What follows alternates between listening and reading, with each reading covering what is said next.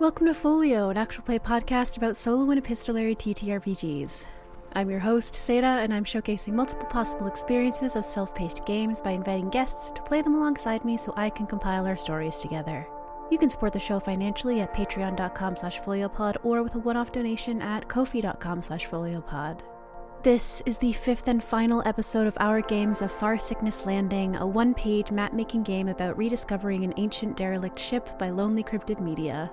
The other explorers of crash sites and history joining me today are Dora Rogers, whose work you can find at dcity.itch.io and galpalgames.itch.io, and Marc Majcher, whose work you can find at majcher.com and majcher.itch.io. Head over to Kickstarter and back Hocus Pocus Hyperfocus, a storytelling game about magic and ADHD. It is fully funded, but still crowdfunding throughout most of the rest of October. Dee did some consultation and playtesting for it, and it is so cute. After you get a copy of the game, go check out kickstarterunited.org to find ways that you can act in solidarity with the workers who make the campaigns possible. You should also join Dee and I in playing Over/Under, the mothership lore-based mega game with over 1,000 active players or something like that. It's going for a whole month. It's become, a lot of my life. Admittedly, I had this episode ready to go. I totally edited it. I've been behind for a little while. I've been behind. I've been editing episodes on the day of release and getting them out a day later than usual. I had it ready to go this time. I finished it earlier this week. And then I forgot to record this part because I was playing pretend with 1,000 other strangers. So, it's really good. It's really good. You should join us. Let's wrap this game up. Is this what I say at the end of this stuff? I'm not really here. I'm on the dream. Sorry. Room 12. Room 12. The penultimate room. Gosh, I have done actually most of our rooms at this point. Before I look at my results, what do I need to be angling towards here for a satisfying ending? I want to look back at my starting point because I want to make sure I keep this in mind here at the end. I've wrapped up most of the loose ends that I want to. And there are some mysteries that I just am not totally interested in explaining, like where the robots came from. I don't think that we consider our innate psychic abilities to be a mystery. I could maybe try and look for what the development process of that augment prototype was like. I could try and find out why we left our home planet. Let me revisit my sort of starting questions. Eons of history are stored in digital libraries. You learn quickly that your ancestors abandoned the ship so you might avoid repeating their mistakes. There are living creatures here that do not breathe, with limbs of metal and blood of oil, eyes hollow and knowing. Do you embrace this history or cast it aside? Do you treat them as family or as enemies? Right. Okay. We've pretty strictly been thinking of them as allies, and I guess family. Maybe I could answer definitively why they are here again now. I think that I know. I think that we've already seen, I think that we've already been pointed towards an answer, but let's see what happens. Let's see what we find. This is kind of the mirror to the big section at the front. It's a big hexagon, big dome, again in the broken back of the ship. So it's kind of like the butt that is hanging down there. She's explored the whole first deck. All of deck 1, she's going up to the loft. The room type is destroyed. Of course it's destroyed. Technical. It's very destroyed. Much like the front is there, I guess. It's a mirror of that. Modifier is scientific. Scientific. Powerful. The item is a relic. Relic. There we go. And the vibe is peaceful. And peaceful. Ooh. Melancholy. Okay, I know exactly what this is. She goes upstairs, and she sees the this huge area from above, from sort of the top floor. Picture like a shopping mall, right? Like there's a balcony essentially upstairs, and then she takes the door to the port side up here, and she's in the CIC, the bridge essentially, right? Like so, the cockpit is where people were sort of flying the ship appears where they were making command decisions, and they were had sensors that told them what was around the ship, and they were issuing commands everywhere else on the ship. So yes, it's very technical. She has a similar experience to when she was in the cockpit. There's a lot of buttons here, right? And the complexity is pretty amazing. And I think that some of these systems are operational. And this is where I'm going to take the word scientific, because I think that she takes some time to analyze them. And these machines they're weirder, right? Like, because it's not sort of a database that's like, here's a bunch of information for you to look at. These are like functional machines that did complicated stuff, right? Like, these are like radio telescopes, essentially, right? They are specialized machines for detecting things in space, and she's fascinated by this, and she downloads a bunch of data. She downloads the software that makes these things work. She thinks this is very cool. They probably do have some version of this, right? Like, I think that they probably have radio astronomy, but it's probably a pretty niche thing, right? It's they aren't space oriented. They're very oriented towards this planet. So, but there are people still doing science and doing research who would know what this stuff is, and who will be very psyched to see this stuff if they figure out the right people to give it to. The relic that she finds here, it's going to be another interface, right? Like another working computer. And I think that it is the captain's log. It's fragmentary, I think. I don't think that it's like a detailed recording of everything that happened for the whole journey, because I think that's a little too easy for her. But I think that what she gets crystal clear here is the reasoning, right? That the thing that caused the fight. She doesn't sort of get a full understanding of the conflict, but I think that the captain, in one of the few entries that is still intact, there's a whole bunch of them that are people, scholars will be poring over this forever. There's a whole bunch of like little fragments, right, where you probably can learn something if you listen very closely. But there's this one of the few relatively intact entries is the captain talking about the decision to leave technology behind. And the captain says that it's not controversial that they should do it, actually, but it's extremely controversial where they should draw the line.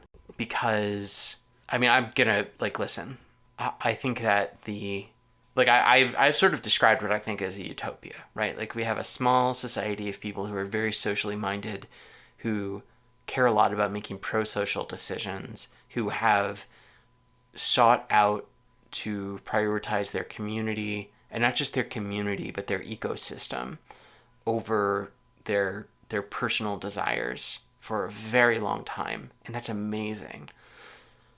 And so I think, I'm going to put my bias on the table and say, this is a good thing, right? It was the right thing that they did. But I think that what's the way to put this, right? Like, a fish doesn't know what water is. There were people who were like, yeah, sure, let's not send down weapons technology. Let's not send down nuclear technology. We've got a clean slate. We've got great renewable energy options. We don't need that stuff. Let's not send down combustion engines. We can make equivalent machines that will be harder, and there will be real limitations on the colony as they are sort of as they are in this sort of startup cycle, right? As they're trying to bootstrap, essentially, right? They're going to have to do without things. And if they could just drill for oil and get internal combustion engines, that would help. But let's just not set them down that path, right? Let's let them go through that and hope that it will lead to something better. And it did, is the thing. But I think that there were people wanted to draw the line in different places, right? And I'm obviously, it's so obvious, right? Obviously LLMs are on all of our minds. I've introduced this firmly by now, right? I think that there's no such thing as artificial general intelligence in this world. There are no artificial people. There are no digital people. There are just things that talk like humans, and that it can be pretty convincing. And if you do something like the little interface that we saw downstairs, that's going to be great, right? There are certain cases where it's just going to be like, I'm sorry, I don't have any information about that. Or like, actually, I only have information about our inventory here on the ship, right? So it has firm boundaries where it will just say what it doesn't know. I think the characters that I mentioned before, like, oh gosh, sorry, I don't want to have a rant about ChatGPT, right? But one of the things that I've read about ChatGPT is that one of the problems with the technology in its current state is that there's really not guardrails to protect people who are going down a weird path with it, right? Like people who are sort of engaging in delusional behavior, for instance. Like the models will just sort of be like, yep, you're right. It's real bad, right? Obviously. And I think these things are better designed than that.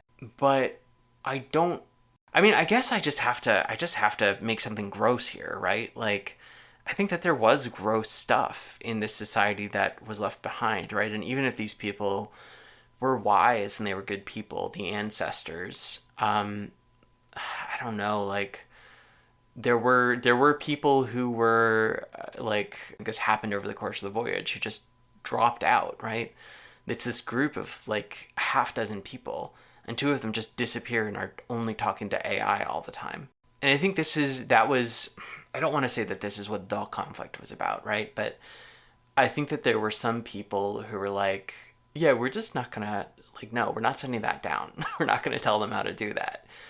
And some other people, and not just the people who are addicted to the tech, right? But like people who were just like, no, we don't get to make that decision. Like, this is normal technology that, you know, like our colleagues use, that people we love use.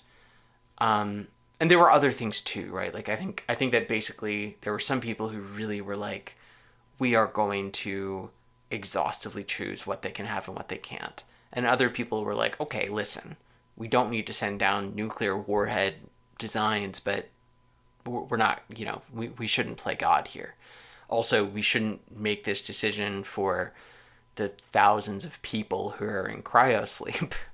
And this is a key thing, right? And I think it led to violence. And I think that the people, when they woke up and were down on the planet, I don't know the logistics of how that worked, but I think they felt deeply betrayed because this was done without their consent. And you know, it wasn't, I don't mean to say that all of this happened because of AI, right? Like, that's just a vivid example that's really on my mind right now. That was one of the flashpoints. There were other technologies too. Anyway, my point is that the captain is ruminating on all of these things. And I think is taking the position, some other people have said to me, we should restrict a lot of this technology. And I think that they're right. And the captain sort of hints, she sort of says, like, this isn't going to be popular, and we'll have to see how well we can handle that. I like the idea that this is storage. This is the wrecks of the people who left. Kind of storage, right? The relic here is the open sleep pods, the open cryo chambers, the open stasis machines. This is a relic of our actual literal ancestors who made it out. And it's like the opposite of a graveyard, kind of. It's like an empty nursery, right? It's peaceful in the way that there was something alive here before that's not here anymore. You know, not dead, but absent. And it's good that we got out because a lot of this machinery is destroyed now. Maybe it was unstable when the ship landed. Maybe, you know, it was an emergency to get everyone out. But yeah, this is a powerful place because of just the significance of what it was before. This was where we all came from. This is the cradle. Questions. 7. What is dangerous here? What is dangerous here? I mean, again, I think maybe a valid answer is nothing physically anyway. Maybe what is dangerous is we will be able to find out more about these people, the 90% that left the ship. We'll know names, we'll know backgrounds, we'll know status. We'll be able to trace lineages back and say there was 1,000 people on board. After 10,000 years, that turns into a lot of people. And maybe that's going to cause some rifts or some weird status stuff. Being able to trace yourself concretely back to one of the original founders and knowing exactly who and what they were feels like it has potential for problems. So maybe that we overcome that by keeping that information secret or classifying it or obfuscating it somehow. I'll have to think about that. What is safe here? Like everything, this is a super safe place. Safe because it has fulfilled its purpose. There's no potential. There's no tension here. It's a bunch of cracked eggshells. These machines don't need to work anymore. Never will. The ship was never getting off the ground ever. We're not going to another planet anywhere. And so these inert machines, there's no physical threat here. How does this relate to a previous rumor discovery? The other cryo chambers up front. The folks back of the bus is where the cool kids sit, and we all got out. Maybe this was like Coach, right? Maybe the people up front. Maybe the people up front who either got damaged or didn't get out. Like maybe those were the upper class. They got the better seats. They got the fancier suspension equipment, and they got shafted just because that front part of the ship got wrecked more. Maybe that's partly why we don't want to wake them up immediately, because what will they expect from us when we let them out, knowing that they were the top 10 and they've been left behind?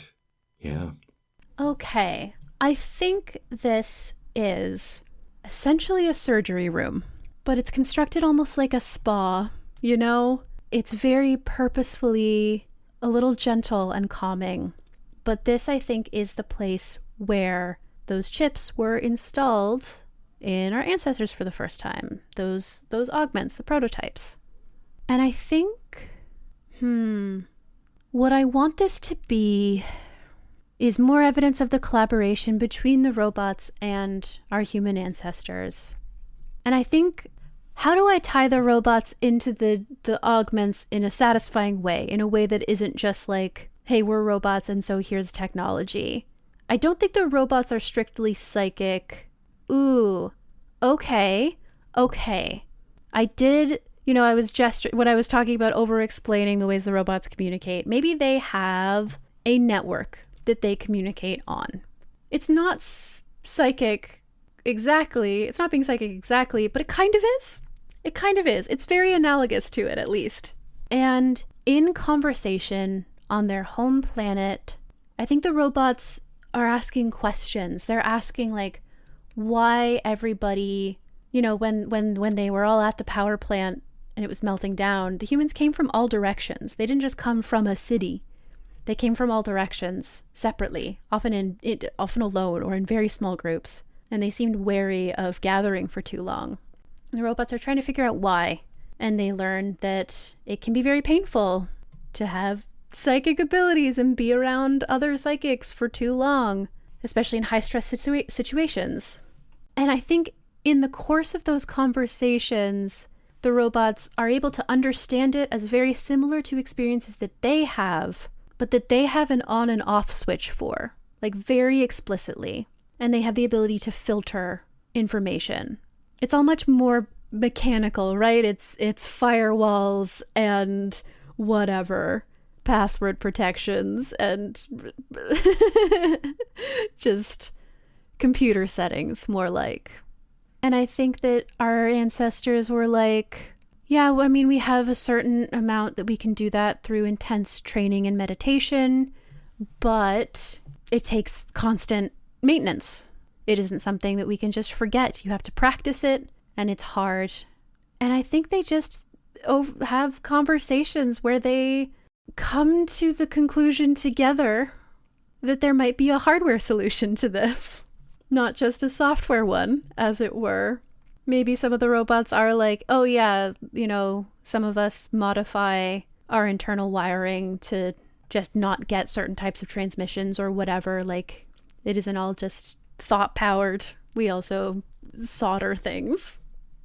And I don't think I want it to be as sort of neat and wrapped together as the idea that the chip is directly based off of the robot physiology, but it was developed with help from them. So in some ways, it does, because it is technology as the robots understand it, which is their own bodies. How did I get onto this tangent? We learn that history, and we see notes from the first surgeries, the first time they tried it. I think we still don't have a solid answer on why they left their home planet, but I do think that the development of this technology was recognized as necessary when it became obvious that a lot of people would be in very close quarters in space. There is no isolation. Maybe if you're literally in separate little rooms, it can't pass through certain materials and whatever, but that's very different in feeling than just, walking 50 kilometers away from the nearest person. That's a very different type of isolation, and one that I think can be much more emotionally difficult. Differently emotionally difficult, I guess. And yeah, there's just notes on how it was developed, how it didn't go well every time at the beginning, improvements that they made. Oh, and there are a lot of notes on the design of this room, which, again, this room is destroyed, so there's only so many remnants we can see of it, but we can read what their intent was for it. Because, a lot of the people who were getting this intensive and invasive surgery didn't have the augment yet. Their psychic abilities were entirely uncontrolled, and that would just be painful for them and everyone around them. And so there were a lot of mitigations that were about emotionally preparing people for surgery on top of anesthetic and everything. And part of the reason I like all of this is because I really want it to be mutual and as non-extractive as possible, the relationship between our human ancestors and the robots. We were helping to develop fuel and keep them alive, and this was them helping keep us alive and safe. Maybe the development of the more efficient fuel even was a safety thing for them, not even just efficiency, because yeah, they can handle the radiation, obviously, but it's still not super good for you to be to expose. They shouldn't be exposing the outside of their bodies to it all the time. It will be corrosive over long periods of time, and being able to form it into a differently processed form was also better for them physically and that kind of thing. We were mutually ensuring better quality of life for each other. And I think that despite not being created by the robots, I think that there is just this distinct, comfortable feeling of it's almost like a blood pact, a straight up, cutting your palms, swapping blood type of thing, where us accepting the utility of these augments did kind of combine us. It was sort of a mixture of our species, I guess. And so there is a familial connection to the robots a little bit. It's not direct or literal, but in a way we are a mix, kind of our ancestors on their home planet and these robots mixed together to create the generation of people that would become us. And I think that to me means that I am intrigued by the idea that not everybody left the home planet, which also makes sense to me because they were so isolated. How could you, when that is your cultural norm, how could you possibly convince everybody to do the same thing? And maybe there was an environmental disaster or something. Evidently they were having power plant meltdowns sometimes. Who knows?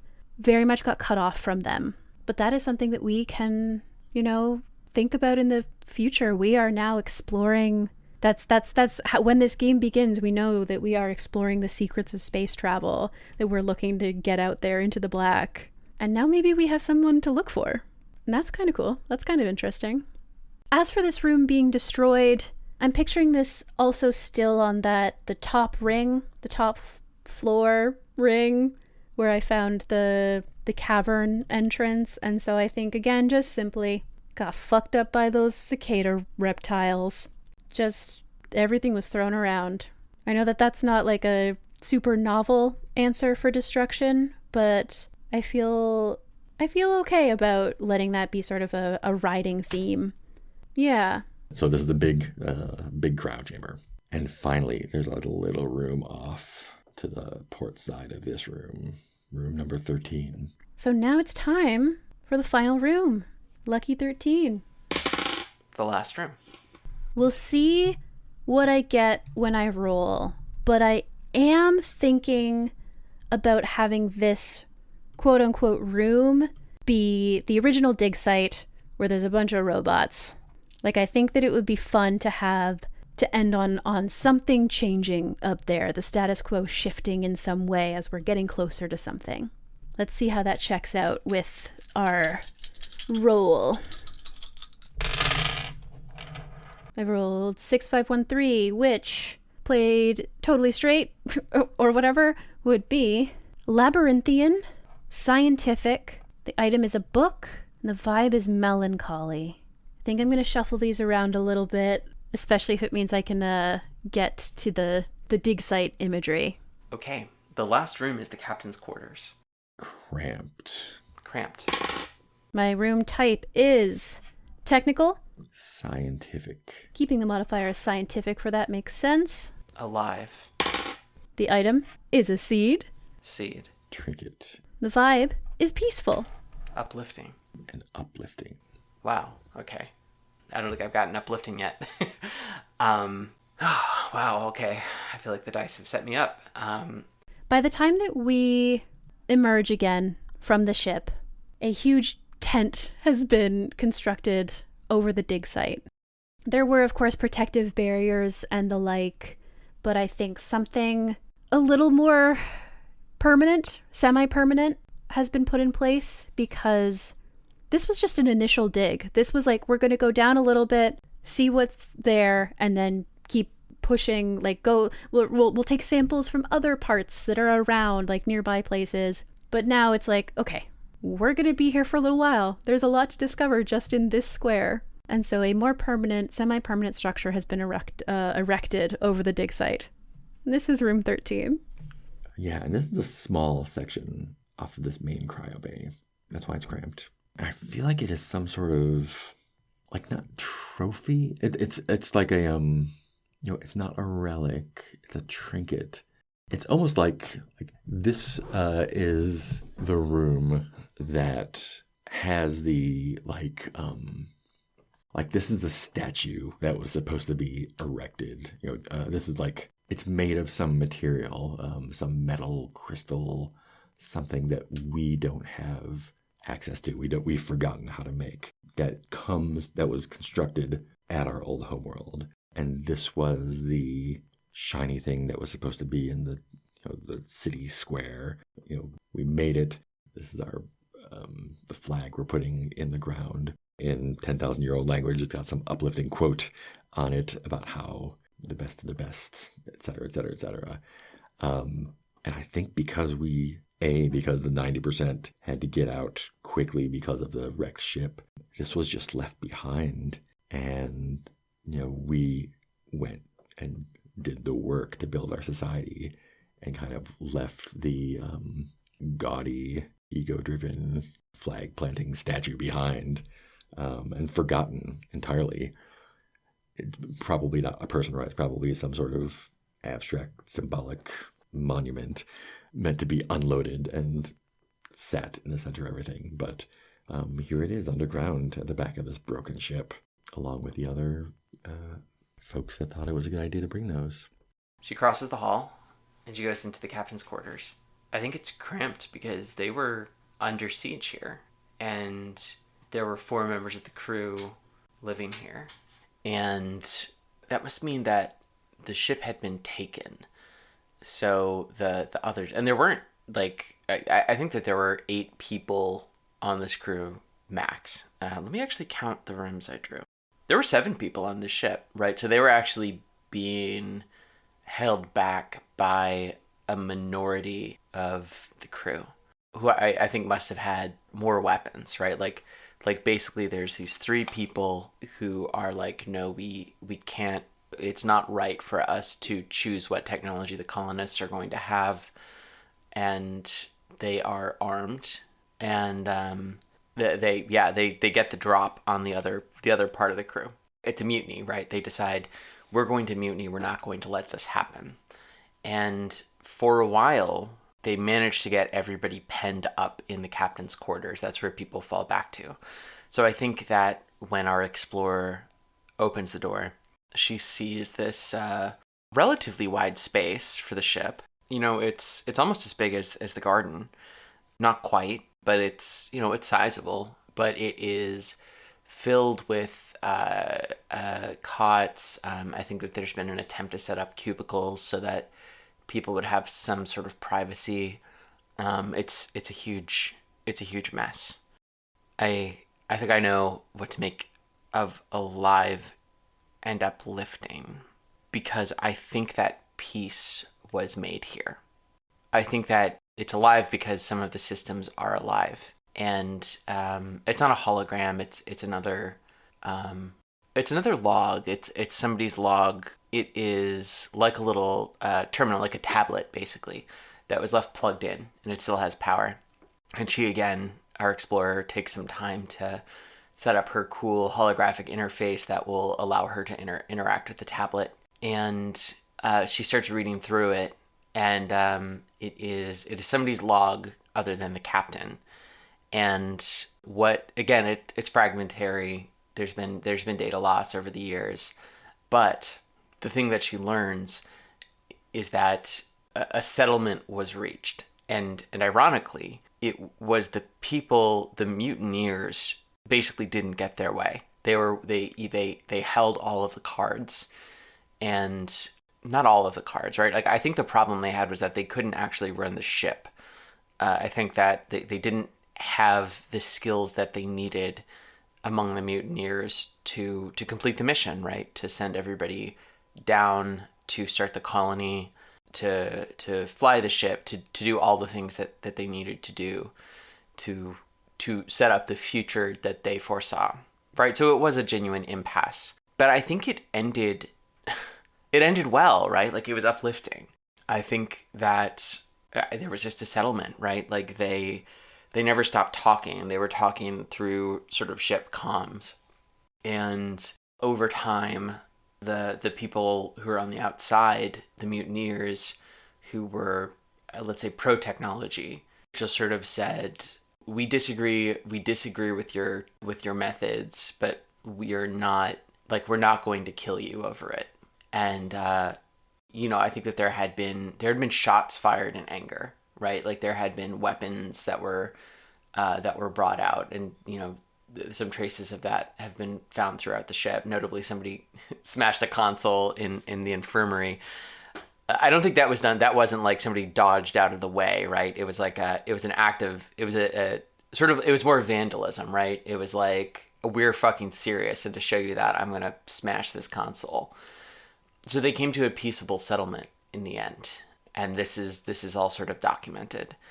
And they agreed that they could de-escalate, and everybody would just keep talking. And this was in the last days, I think, of this ship, right? Like, I think that they left days later.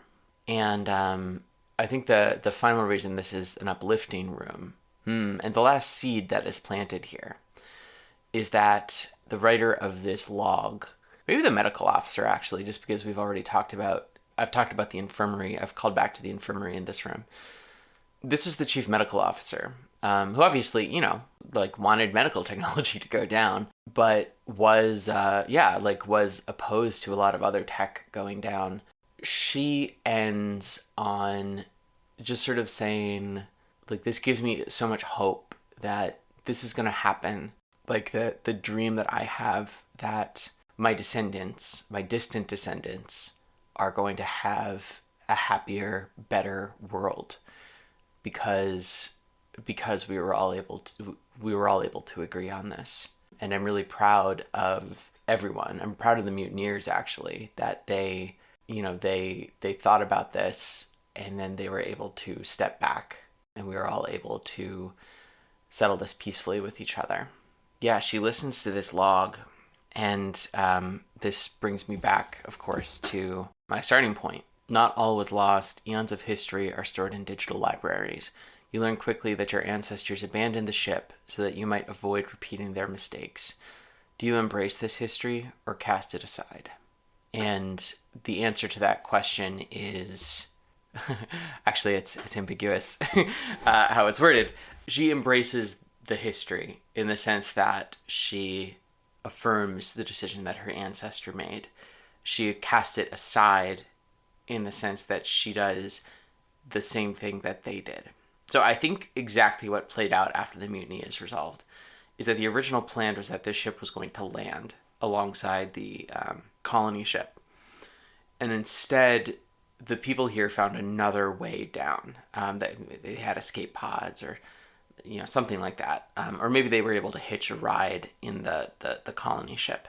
And they intentionally put this ship into a stable orbit and left it up here as this sort of monument to the old world. But they made sure that nobody could reach it by radio and give it new directions, like that there was no way to recover the data that was locked in its databases. And then they purged the databases of the colony ship very carefully and tried to make sure that there were things that were intact and that there were things that were not intact. And our explorer thinks that her ancestors were right. She thinks that her world sounds better than the world that these people came from. What do my senses tell me about this? When you come close to it, it makes kind of like this kind of ringing sound. It's like attenuated to a bunch of different frequencies. And so it gives this weird kind of like hum or this pure tone that like almost makes it like the sound makes it look like it's glowing, if that makes sense. Yeah, there's something really like tuning fork about it. In like this really flashy way, I think. We get the go-ahead to give the last of that little remnant of fuel that we found to the robot sitting in the storage container. We do that. It stands up. It nods at us.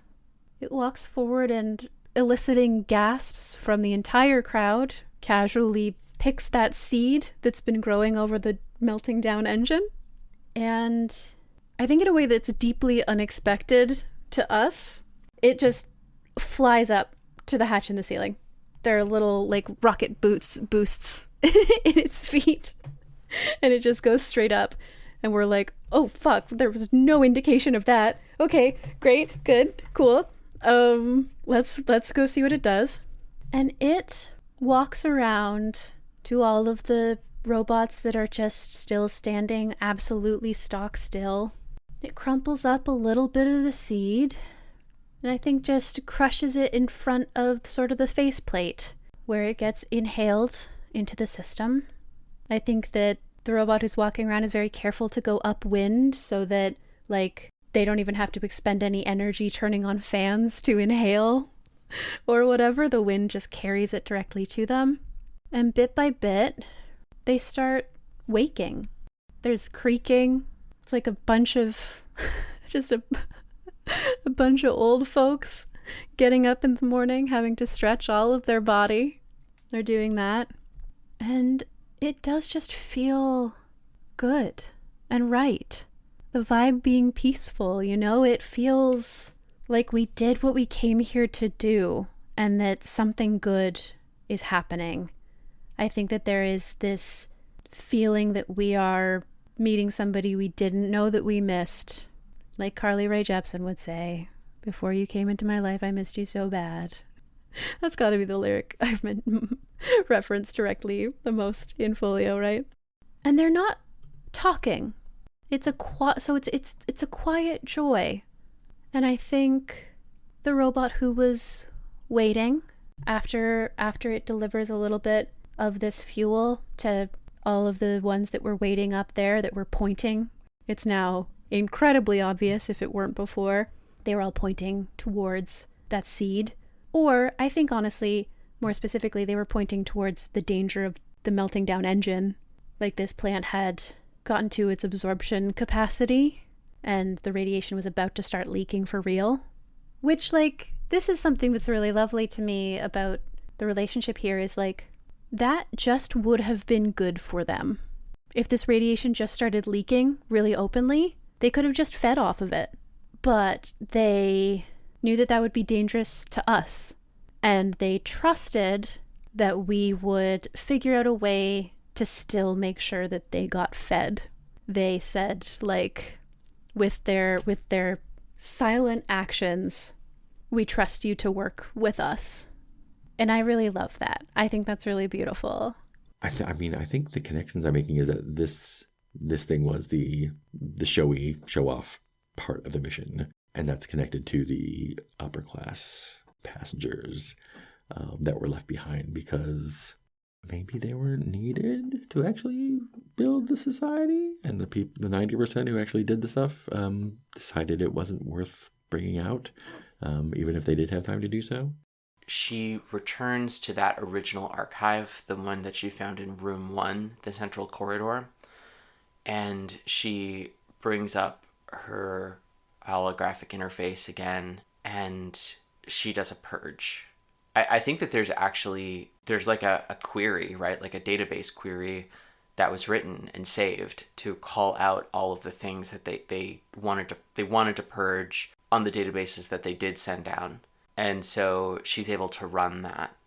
And, like all she sees is sort of a few lines of code executing and sort of confirming that they've successfully completed various tasks. And what's happening is that vast parts of this database are being erased, and huge parts of technology that it's not that these people couldn't develop, because they've had 10,000 years and they have a lot of high technology. They could have built it, but they just didn't go down those roads, and they have elected not to, right? Like they didn't redevelop internal combustion engines. They didn't redevelop this kind of like linguistic AI.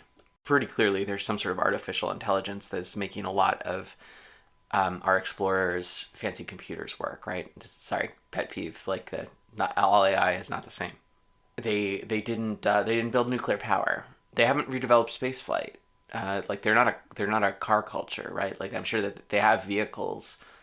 They have some way of moving across continents even, but they have settled for something that is in some ways like a lot less convenient, less powerful, but that makes them happy and has maintained their civilization for a long time. So these databases are emptying out. Vast troves of knowledge are being lost, and our explorer values knowledge, and I think she does feel a deep sense of sadness as she does this. And I think to underscore that, we can see the parts of the system that have managed to survive this long are shutting down. We see the pleasant talking hologram in the storage space sort of like enters an error mode. It's just sort of like blank-facedly saying something is wrong, and then shuts down. And even worse, the beautiful holodrama that our explorer was so fascinated by in the crew quarters flickers and goes out forever. And there's a real cost to this. Really beautiful things, really amazing things are not going to be shared. And maybe that's the right decision, and maybe it's not. And it probably depends on your perspective. And that's it. A lot of the robots that appeared to stare at the cities, they were there as a warning, but also like they didn't have to be looking at the cities. They could have all been pointing back towards the dig site, just like facing it as hard as they possibly could. But I think that they were looking at the cities because in the small ways that they're able to when they're so low power, they were feeling real joy and satisfaction at the idea that we as a species have evolved so much that we can live together in such density, that is not painful for us, that we can have a society where we are close to each other and it doesn't hurt. I think that's really cool for them because they helped get us there. And what do I feel here? Satisfaction. I think the mission was to build a society on another world. And that's what we did. We are evidence of that. And we didn't need this trophy.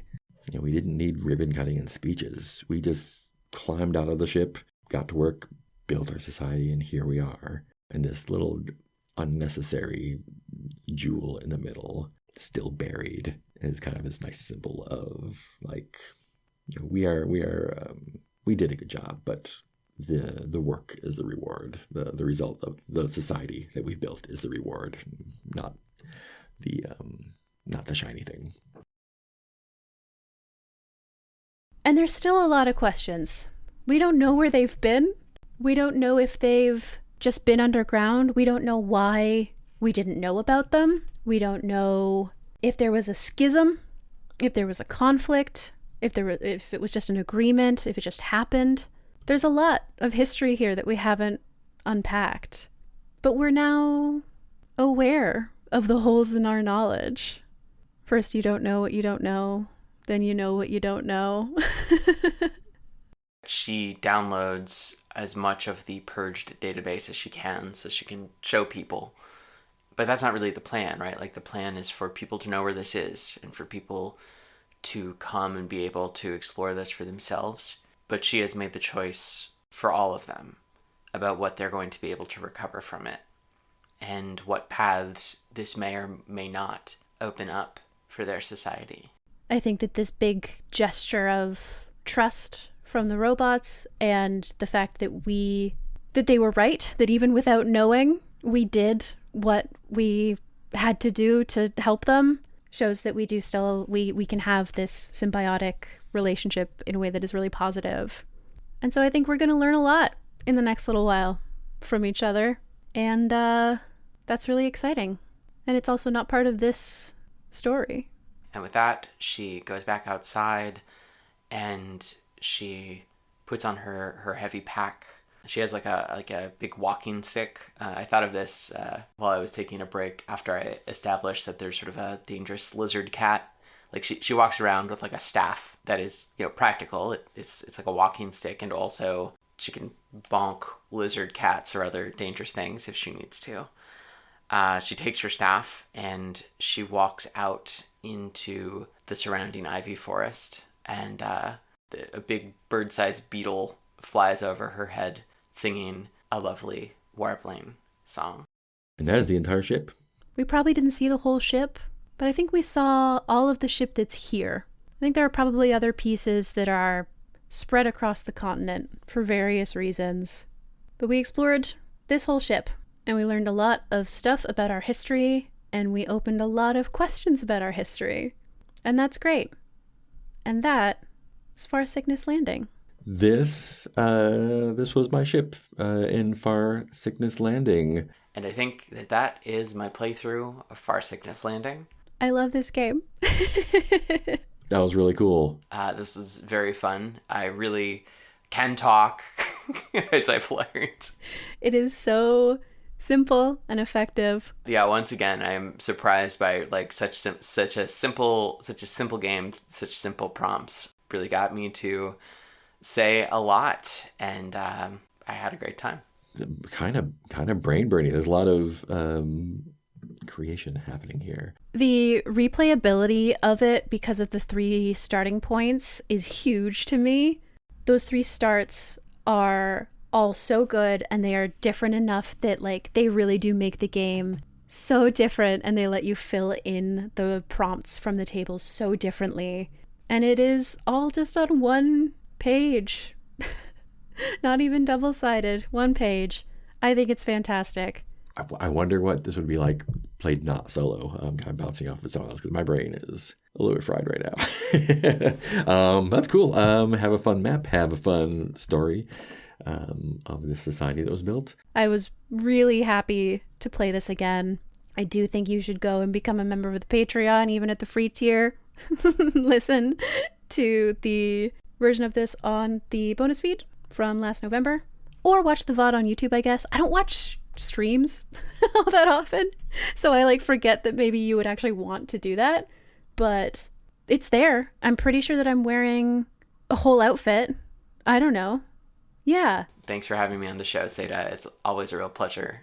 Thanks for having me on the show. And thanks for listening, everybody. Thank you so much. I will, of course, be posting a picture of my shitty little map on the Folio blog, which should be fully extant by the time this episode airs. Yeah, I can make myself stick to that. I bought the domain today, or registered the domain today. Yeah, there's a new Folio website. foliopod.site. This is the premiere of it, I guess. Bye.